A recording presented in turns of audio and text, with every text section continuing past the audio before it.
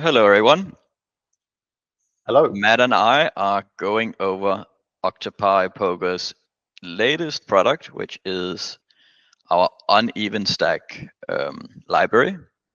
And I've been looking at some of these, and I've already found quite a few interesting things. And yeah, let's take a look at some of them. Yeah, I think these sims are really opening my eyes to a couple things I'm doing wrong already. Like there's a couple spots where I look at it and I'm like, whoa, that's not what I would do in this spot. So it should be interesting to see some of these scenarios. All right, Sure.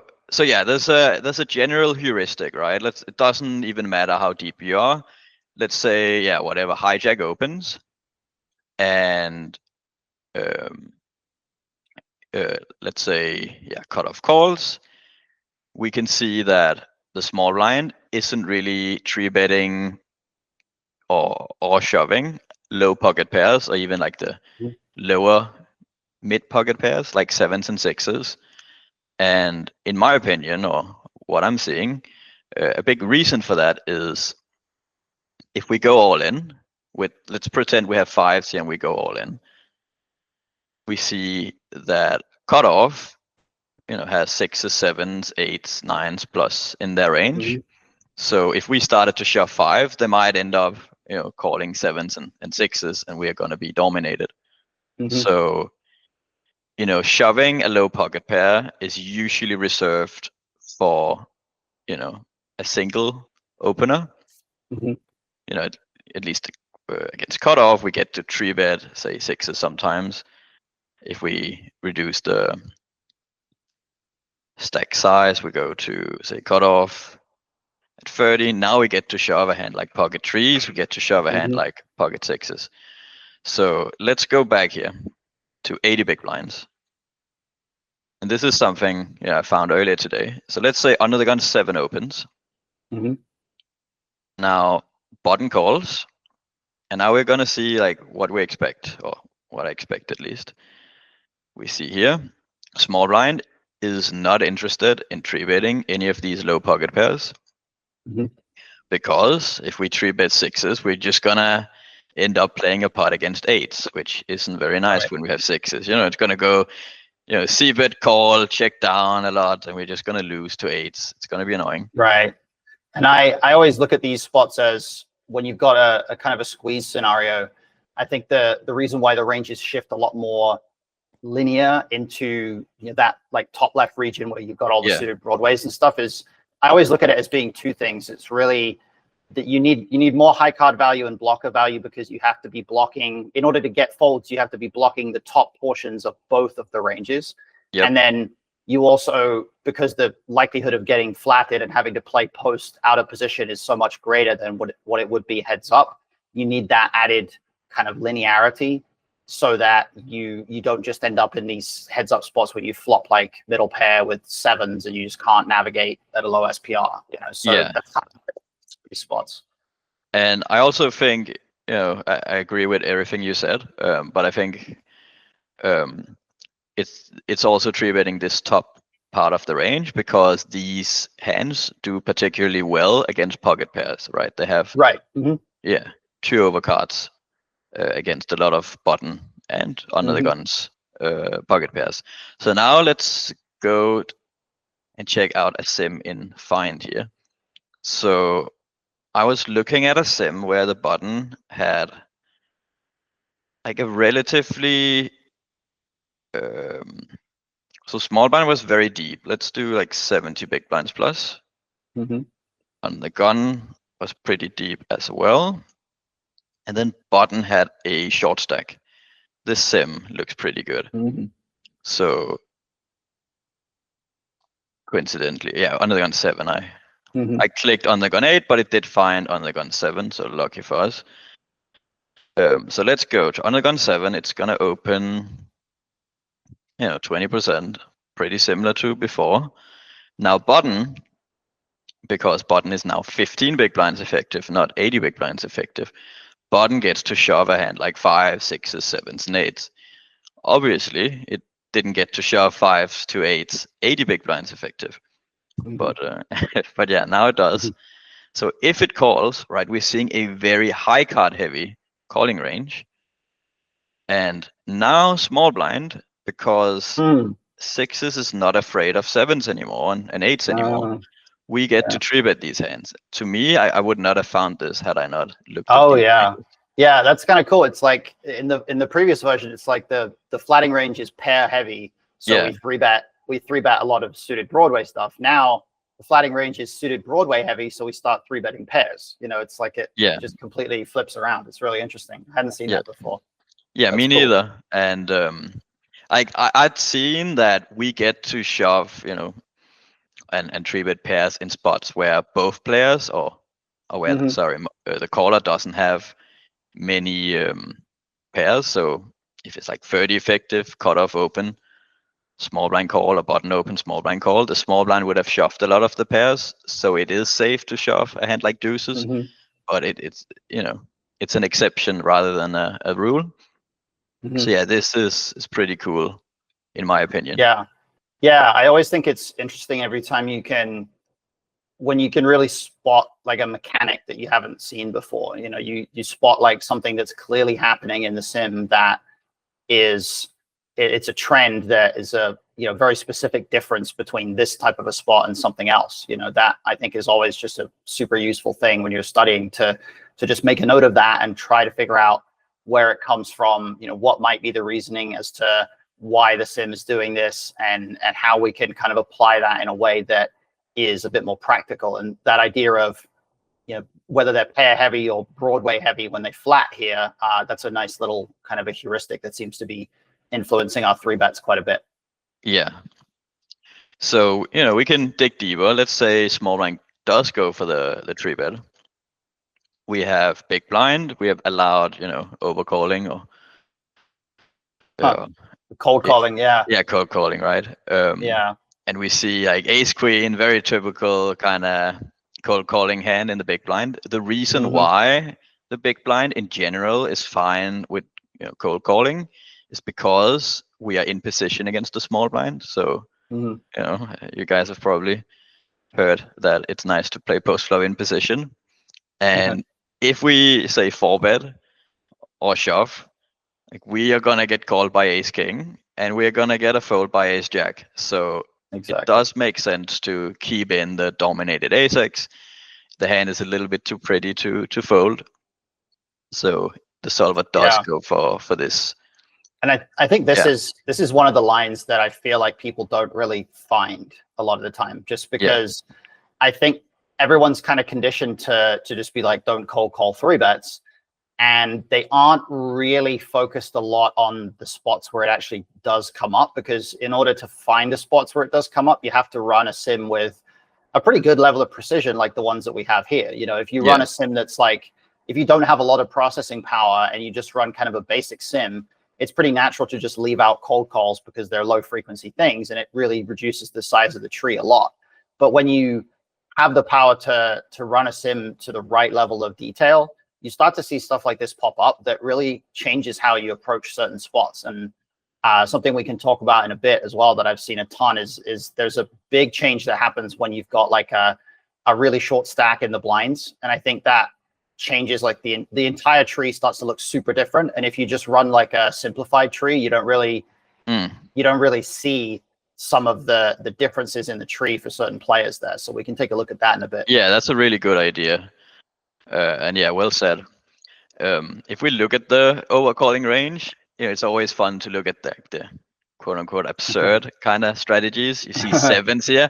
We're just calling to, I guess, bluff the other players on certain runouts. Or just like, it's weird, right? It's like, maybe there might be something specific about a hand like I guess the middle pocket pairs. I guess what's always weird to me is when you see stuff like this, you see shreds of little bits of hands coming in, but then even the shreds don't seem to be fully logical. Like, it doesn't necessarily make a ton of sense to me why like sevens is better to call here than nines, you know? Like, there's certain like small things like that it's super micro level stuff that doesn't really matter that much, but you know, it always interests me to try to figure out why that's the case, you know? Yeah, we can see here the EV difference is like very small. It Mhm. probably has something to do with, unblocking some folds from, say, the button or under the Yeah. gun, right? Mhm. We want, like, when we call here, I can assure you that it's not gonna call many suited 9x, so it's Yeah. pretty sweet unblocking these. You see Yeah. sevens, they are unblocking a few more Mhm. folds, and the pair, of course, has to be, above pocket fours, because we Mhm. do. Let's say we call. I'm not sure if they even. Yeah, you see they do get the prize with the dead Yeah. money from the other players, so we do want to be dominating at least fours. So Right. that's a And condition. these are Yeah, super unintuitive lines too. Like if you go back to that button response after the big gotcha. blind cold calls, like Yeah, the button here is like basically putting their whole stack in. yeah, It's not really intuitive that like Jack 10 suited, you just always go with it, but Queen Jack suited, you mostly fold it, and King yeah. 10 suited, you just always fold it. And then like fours, you always go with it, but somehow the other pocket pairs, you never actually have them here. Like there's Right. some stuff you see here that's like, man, how am I ever going to incorporate this into a strategy? And I think people get very caught up in like, oh, how can I ever possibly remember all this? But you don't have to. You just have to kind of understand the principles, the mechanics, the general ideas here. And probably the main thing that I would note here that's important is that the button actually is folding super often here. Like they're folding 2/3 of their range, and it just kind of speaks to the fact that it's not really that important to have a lot of trappy hands in your range on the button here, other than specifically aces, because most of the rest of the stuff in your range that actually wants to play an all-in pot has already shoved over the open anyway. So other than just having a trap with aces, like you just don't have to care that much about the rest of this, Yeah, exactly. And one way to kind of get to like to realize, like, why is Jack 10 maybe a call and Queen Jack isn't? Well, a hand like Jack 10, it's just not dominated as often as Queen Jack. We see like the Ace Queen here from under the gun 7. Well, I guess that folded, but like the Ace Queen here from big blind, there are a few more queens in the small blinds range compared to Jack X. So it's just dominated slightly less, does a little bit better three-way. The cards are more live. There are many ways to say it. Yeah, exactly. If we go like, if we go back to this scenario and big blind folds, we can see under the guns range is very, call or 4-bet non-all-in heavy. It doesn't really make sense to shove compared in a moment we'll compare to the even stacked sim. It doesn't make as much sense to shove. I think first of all the button is not really folding much if we shove. Right, it gets to call half of its range. Yeah. There's just call off with 7/6 suited. Like nobody does that. Just like call off. Yeah, 7/6 suited. Nobody's actually finding those calls. It's kind of funny. But yeah, the idea is, some are very often, or 2 out of 3 times, almost exactly, small blind is gonna have to fold, and there's gonna be, an additional 12 big blinds dead in the pot, and all of a sudden 7/6 suited is doing pretty decent against the queens ace king off range.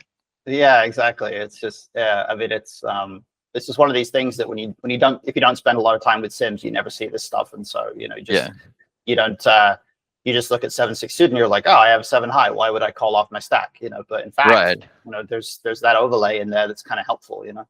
Exactly.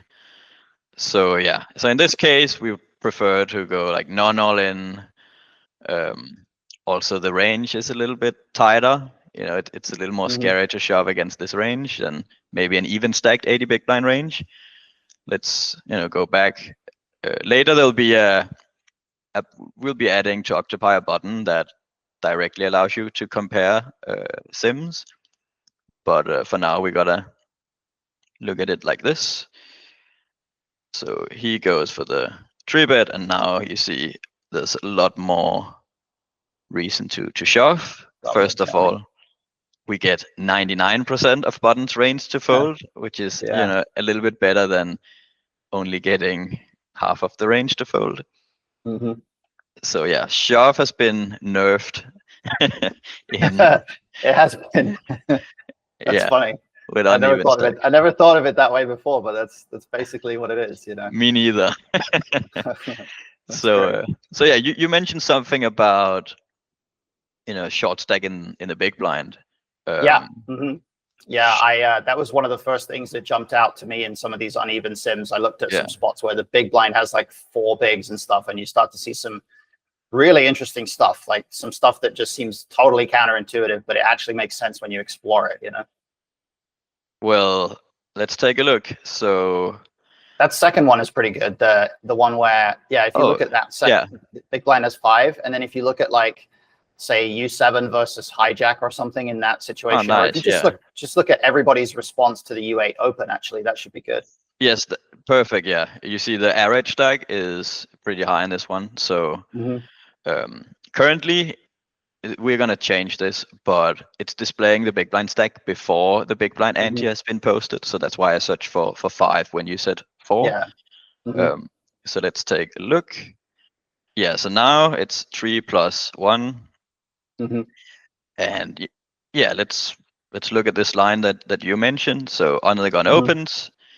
This isn't the most extreme example of what I was talking about, but yeah, there are a couple of sims where basically someone opens and then nobody 3-bets. Like everybody is just like, I'm just gonna always flat here, and you can kind of see it happening in this spot. It's not completely the case because U7 still wants to get value from the U8 range, but with if U7 and U8 were a little bit shallower, what you'd probably see here is that there'd be a lot of like no 3-bet ranges going on for some of the other players. Like if you look at low jack against U8 here, they might have no 3-bets. Yeah, right, they play no 3-bets, right? And this is like, when I first looked at this, I was like, why is this happening? And in fact, it became pretty obvious because if you hit the call button here and you look at what happens after the call comes in, then it gets around to the big blind, and big blind gets it in 75% of the time. Yeah. So big blind is getting such a good price that the action is going to be reopened almost always if you flat here. And from that point, if you click the all in here and you see what happens against that, well, now U8 has this approach where sometimes they're just shoving, which is, allows low jack to like trap and get stacks in. But also the U8 player is very rarely going to fold to this additional 1.7 bigs. So the low jack has a really big incentive to ensure that they have a range that when U8 calls, first of all, low jack basically is getting such a good price they can never fold. So they have to have hands that can realize equity post here. But they also, this is such a great spot where there's 11.8 big blinds in the pot now, and low jack gets to jam half of their range for 28 remaining big blinds. So they're getting an amazing price to jam against a U8 range that is only able to call off like a quarter of the time, just based on the equity that some of these hands have. So the short stack big blind, and this also happens with short stack small blind as well. Like if there's a single player behind who is getting an amazing price to just reopen the action and be all in with like 3/4 of the deck, it totally changes the tree to where nobody wants to 3-bet anymore because everybody wants to like let that happen and then respond to it. Even if you look at what happens after low jack flats here, you might see hijack also playing no 3-bets. Let's see. Let's go back. Yeah, hijack doesn't even play. They don't play any squeezes, right? Like first of all, they pure fold ace queen off, which seems like wild. Well, almost pure fold it. Right. But then they play no 3-bets at all. They're just happy to either go to a flop 3 ways in position here if everybody happens to fold, or if the big blind gets it in, which is going to happen like probably, I would imagine if hijack flats here, big blind probably does just reopen like 100% of the time. Yeah, I mean, much, 95% of the time, right? So that reopening for an extra 1.7 bigs for all these players is going to happen like always, basically. And when it does happen, you get this crazy dynamic of all these clickbacks and stuff that you'll see there as well. And the reason why that the big blind would want to reopen the action and say all in with a terrible hand against strong ranges with a hand such as Jack 4 off or deuce three offsuit, it's because the other players have a high chance of pushing each other out of the pot. So there's going to be a lot of dead money to play for. So Yeah, you can exactly. see stuff like this, call, and then hijack is like, oh, I also trap my range. So everybody's yeah. trying to trap each other. It's like a trap war, like Yeah. There's another one that I found somewhere where it was the same sort of a scenario, except it went like big blind all in, and then they were deep enough that it was like U8 flats, and then the middle position player like clicks it back, and it was like click back, and then cold call of the click back, and then shove from under the gun, and it's like you have eventually the ranges get like insanely tight because everybody just has like super good hands, but it all happens because the big blind is just able to get it in for that tiny stack that actually reopens the action. And if we had the funny thing is, if we had a sim where the big blind was so short that them being all in didn't reopen the action, like if they had like one big blind behind where even the open raise is bigger than their stack, I don't think this would be happening. It would change the ranges, but I don't think we would see that same incentive for the middle position players to just never 3-bet anything. Yeah. Because the action wouldn't be reopened by the big blind being all in. So that reopening of the action is such a big deciding factor in how all of these sims look. And I think most people just looking at this would never really expect that would have so much of an impact, but it obviously does make a big difference when that 95% of the time in this case, like if you're in the hijack and you flat, the big blind is going to be all in, and that just makes it super good to flat with a lot of these hands. In theory, your aces are gonna get a chance pre-flop to put more money in, so that's why the solver is very comfortable just flatting a hand like aces. And usually aces is like the last hand that wouldn't want to risk putting more money in when stacks are at least somewhat deep. So yeah. Yeah, and it's also people are going to look at this spot and they'll be like, well, I don't want to just flat here and play like why would I flat like kings and want to play like a multi-way post flop pot, stuff like this. I don't want to play 3-way pots and stuff, but the whole point of it is that just isn't actually going to happen here. Like in this particular case, if you flatten the hijack, it's literally, I mean, technically it's 5% of the time, but you just don't have to care about the possibility of having to play 3 ways post flop here, because it actually just isn't going to happen if the big blind is getting it in 95% of the time. So it's a pretty interesting dynamic that if you don't look for it, you don't really see it. You know what I mean? Right. So I think like I've always not always, but ever since I started seeing some sims where the big blind is short and we're playing this strategy, I've thought about it as like it's kind of serving, like you're playing tennis, so you're serving the ball to the big blind. You're not shooting yourself. I think in game, especially in some live poker tournaments and even online mid-stakes tournaments, a lot of players in the big blind will not, let's say it's on the gun against low jack, like a lot of players will not reopen the action this wide. So I think it's important to be aware about who is in the big blind. If they're gonna play only 30% shoves, I think it makes sense to play a small 3-betting range. But if we can trust the big blind to reopen the action enough, this does seem like the best strategy to me. Right. And I think if you don't think they're going to shove as much, you can kind of treat it as if the big blind just has a few more bigs than what they do. Because if we looked at in fact, this would be a good comparison. If you want to bring up one where the big blind has like 7 or 8 big blinds, it won't look anywhere near the same, because they're not getting like anywhere near the same price to just be all in, right? Like we're probably not going to see the same exact type of strategies, because the big blind being all in is not going to happen probably anywhere close to the same frequency. This sim looks good, right? So I just plugged in like 8 bigs here, so this is going to be 7 after the big blind that's a good one. Let's take a look. And which line do you want to see? I would say U8 open, and then we'll look at U7 and hijack. Mm-hmm. Yeah, so they have like a much more normal looking 3-bet strategy, right? Because they. Yep. Go ahead. Before, we did see some 3-bets from these positions. They were also a little bit deeper, but it's more 50-50. Before it was like 7% call, 3% 3-bet. Now it's 5-5, and we can see here. Yeah. And if you look at low jack too, like low jack in the last one had 30, so this is a good comparison. Yeah, now they have like a very normal 30 big blind low jack kind of strategy, you know. Yeah, maybe it's a little bit more, you know, call heavy. A little bit, because the big blind is still going to be like that. The reopening of the action and the fact that under the gun 8 can like reshove to isolate the big blind is still a factor. Yeah. But you can see the big blinds, that their big blinds just peeling 47% now and only shoving 11%.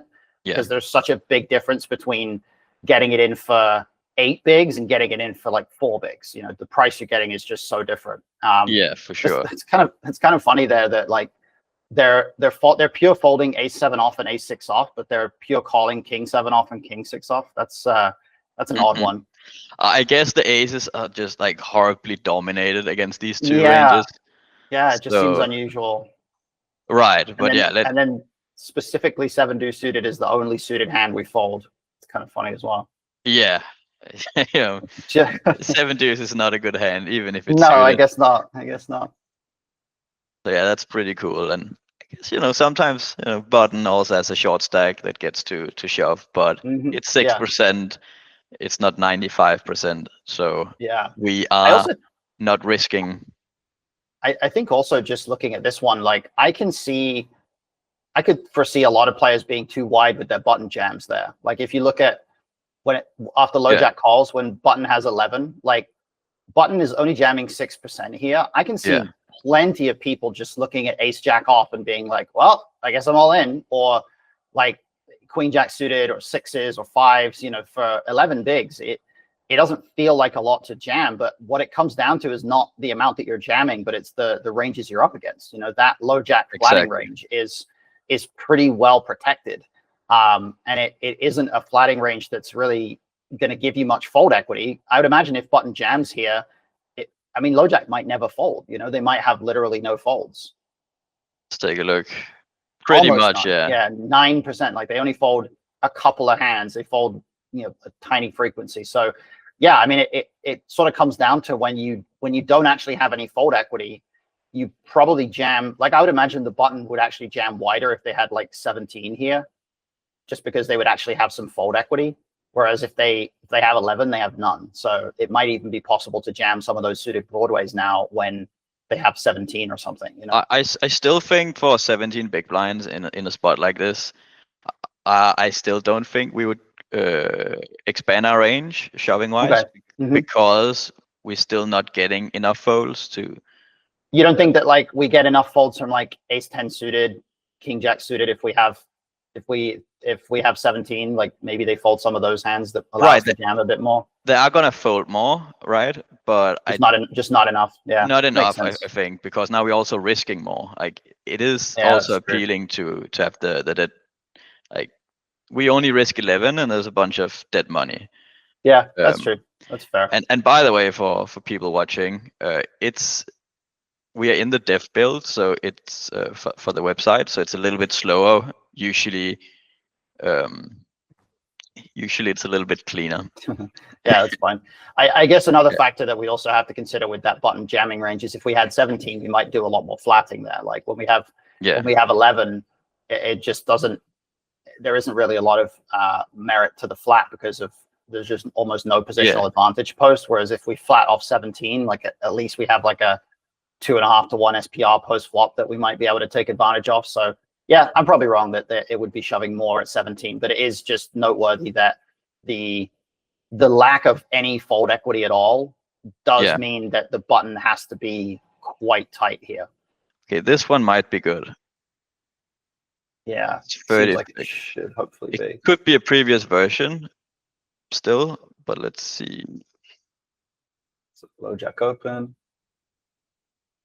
Oh, sorry. Well, we want the node, yeah. Yeah, here we go. Yeah, okay. That's Yeah. better. All right.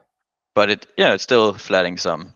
It's still flatting some, yeah. So it must be a fairly similar sort of a mechanic where we want some small element of trapping so that the players behind aren't just like auto getting it in because they know we never have any pair or anything. Yeah.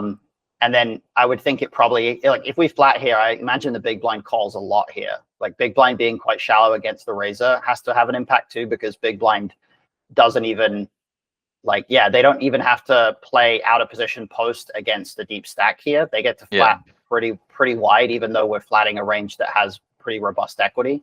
So I think just getting them to put that extra 1.2 bigs out there and then creating some three-way post flop spots. You know what? That might also be it here, is that when we flat with aces, not only do we sometimes get it in pre three ways, but there's also some spots where post flop goes like, we low jack bets, we call, and then big blind overcalls or something, Or actually, here's another thing, is that maybe what part of it is we flat, big blind overcalls, and then low jack gets big blind to fold post flop. So we get that extra overlay there because the big blind puts money in and then folds to the low jack. That could be contributing here as well. But yeah, as you said, right? Like there's a lot of different things that can happen, right? They go post flop, low jack pushes out the big blind, or maybe the big blind pushes out low jack. That ways where they don't get to realize equity. Big blind is calling a shit ton of dominated hands that wouldn't be calling if we shoved. However, it is still pretty appealing to 100% of the time get a call when we have aces. So in this particular setup, it is a close spot. But yeah, before I would always just have shoved aces.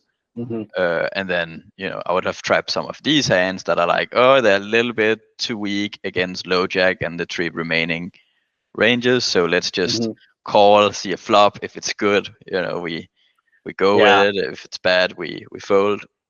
What are just out of curiosity, what are the hands that the button and small blind are 3-betting against our flat that they would fold to our shove? Like if we shove, like they have their call range was like ace 10 suited plus, ace jack off, 7s plus. Okay. Yeah. And then if we flat, there's definitely some hands. Yeah, they're 3-betting some bits of ace 9 suited, ace 8, ace 7, ace 10 off is pure 3-bet. So that's certainly going to contribute quite a bit here. The fact that the button has to have like a well-rounded 3-bet range against the low jack, because they have to make sure the low jack is not like able to just auto fold when the button 3-bets here.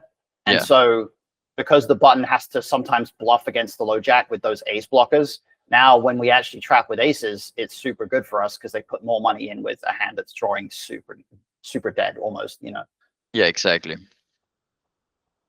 So that is cool. We go here, you can see he gets to flat, and then we're like, yay, aces is also good to get in 3 ways. Yeah, and then we have the fun spot where we just have like, we have 10-9 suited and we just have to put in our last 4 bigs and just sweat the flop and watch the other 2 play the hand, so that's a fun one too. We're like, we tried to see the flop without putting in all the money, but I guess it didn't work this time around. Yeah. So now we just get the prize.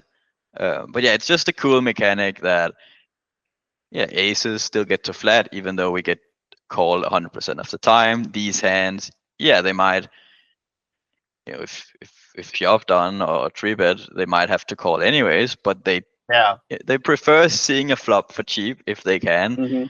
If the board is like an ace, they can get away probably. I want to see the aggregate report for like when we flat in this spot, and we have like, we go to the flop with an SPR of 0.5. Like I'm actually curious whether there's going to be spots where, I mean, there has to be, but there's going to be spots where it goes like low jack checks flop, we bet 1 big blind with 2.8 behind or something, and then they call, and then we shove the turn, and then they fold. Like there has to be spots like that. Because I've run big blind spots where that happens, where we defend off like a micro stack, and stuff happens where we shove the turn for our last 2.5 big blinds and they fold like 10% of the time. So it even with like a ridiculously micro stack, there is still a certain amount of post flop play, which is always kind of interesting. Yeah, I've run some aggregate reports or just a bunch of different sims for a similar spot, not this in particular, but like let's say someone in an ICM sim, like a final table, he has a 12 big blind stack, he puts in 9 bigs, small blind calls, big blind folds, and now we go post flop, and then there are some like horrendous flops where we get to fold and keep our 3 big blinds. It's also interesting to me, who gets to put in those like 3 big blinds? Is it the shover or the flatter? Right. Yeah. Like you start to get these crazy, I don't know, like a SPR of 0.2, and you're like trying to figure out, is it better to shove and try to get a fold like 10% of the time, or do I want to check and like maybe they just check behind and then you sometimes you get to the river and you're like, I have 20% pot behind, I have 10 high, like I guess I have to bluff for my last three bigs or something, like do we bluff? And we don't bluff very often. They get a good price, but maybe the card is really good, or we're just like we have 10 high, maybe he has jack high, we're gonna bet and hope that hope that they just fold somehow. It's kind of funny. So well, I think we got to see some very interesting sims. There are plenty more to choose from. We are gonna keep running sims for Octopi's uneven stack library. We're gonna add ICM like soft. We already have a lot of final table sims, but we're gonna add soft ICM. Bubble sims, final 2 tables, 25% field, etc. So that's coming soon. Yep. Sounds good. And we will also have an option to directly compare sim from this view, which is going to be pretty convenient. Right now, we have to go back to analysis. We have to go back to find. My favorite way to do that is just to have 2 tabs open at the same time and just switch between them. I'm a bit of a boomer when it comes to recording, but hopefully we get to work on that for another time. Sure. Yeah. But I think this was good. I think we got through some interesting spots, and hopefully people get a sense of how they can use the uneven stack sims and how it's going to help them to study some of these pre-flop spots in some different ways.